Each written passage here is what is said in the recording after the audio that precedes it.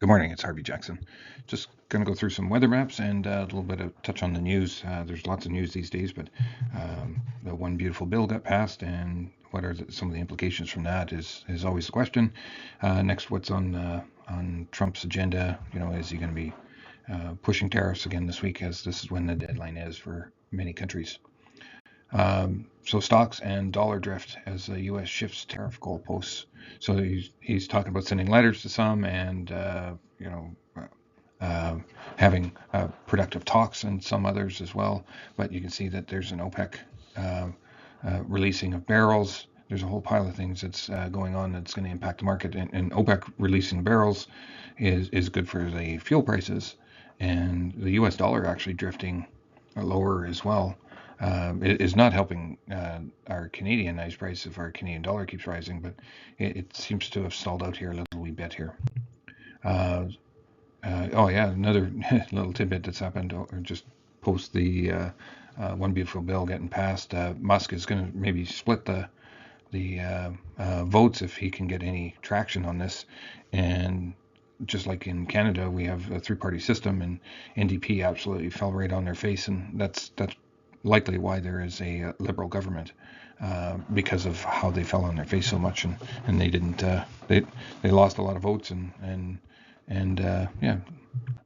Anyway, how Trump big beautiful bill could affect Canada, and I thought this was kind of interesting. Aside from boosting economic, so this is where I am right here. Um, his whole policy is totally different than the liberal policy, and you can see the most liberal or the most conservative liberal government that we have. He's trying to keep up with them, and he's going to have to work pretty fast, and yet there's no sitting of parliament, so they really can't do a whole lot. And there's a divergence of gross domestic product per capita. Here, you can see Canada and the United States were on par in 2013, of which the GDP stagnated in Canada, whereas rocketed in south of the border. The gap was 42,000 in 2024, with the GDP per capita in Canada being nearly 74,000 compared to 116,000 in the United States. And those things are important. But I know the U.S. is adding more debt, but still just producing more.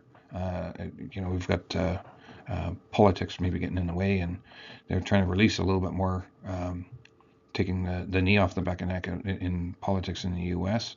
and Canada is going to have to follow suit. Let's have a look at the weather. Here's just it's a dated map, but June 30th, soil moisture in Saskatchewan and how the province sees it. And here's just a map of moisture for the last 10 days. And you can see that we did get moisture through scattered showers, but there's still holes in a lot of those areas. And a pretty good concentration of moisture over some of the corn belt here. Just a 10-day precipitation anomaly. So prairie is still quite dry, and you're getting some moisture in the plains and in some of the corn growing regions as well. Here's just your active weather, and again, it's just the thunderstorms rolling across that I'm paying attention to up here. Really, nothing really active right now. Here you can see the build for the next 10 days or so, and it does have a fair bit of moisture adding, so that's a good thing. Temperatures are not threatening, maybe on the cool side, if anything, on the 0 to 5.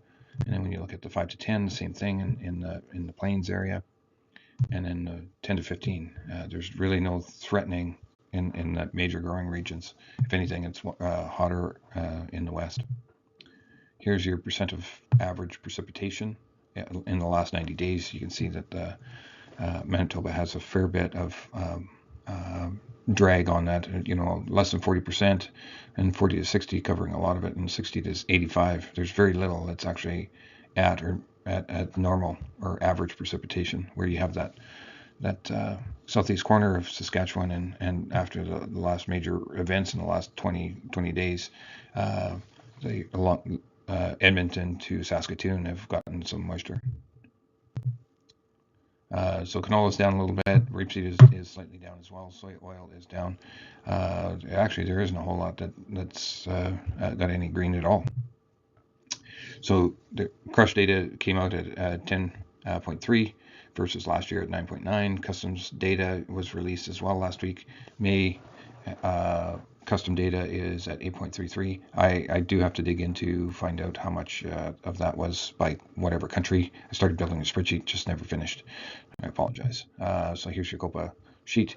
This week, or year to date, we're only at 87.4 crush capacity. So there's a lot left on the table that's not getting crushed, and it's a lot of that uncertainty of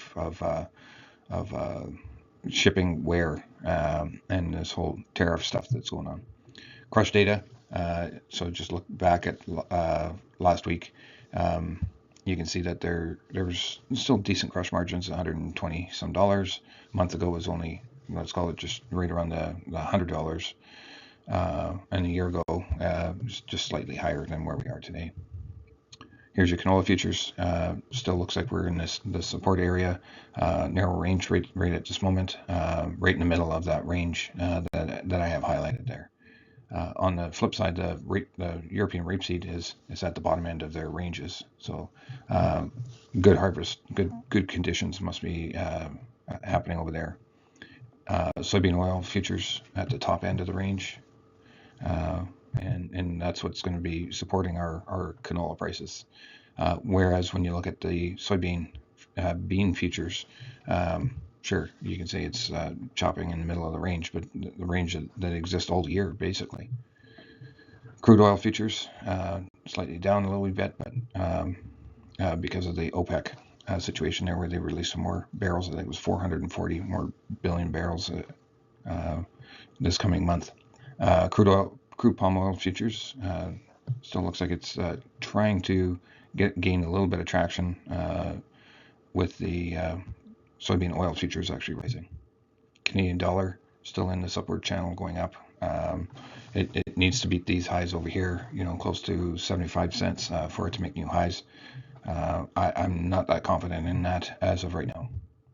Canadian dollar, or the US dollar index, it's under pressure, which just allows them to actually trade their products. They're nearly the best price of wheat. That's why Russia last week had put zero tariff on their restriction on their products to export. So if you look at spring wheat, here we are. This is the Chicago contract. Looks like it's slightly up on here, but when you look at the Minneapolis, it's just down a little wee bit here. Kansas wheat, and these are the Kansas Wheat Association, or it looks like they're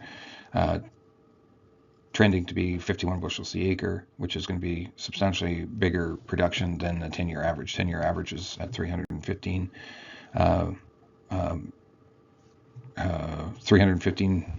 bushels, and it's 351, or billion bushels, I should say. Chicago futures chopping sideways to down, and here's your corn futures as well. It almost looks like it gapped here as well. And that's all I have for you. We're looking forward to the USDA crop production, winter wheat and small grains that will be coming out on the 11th.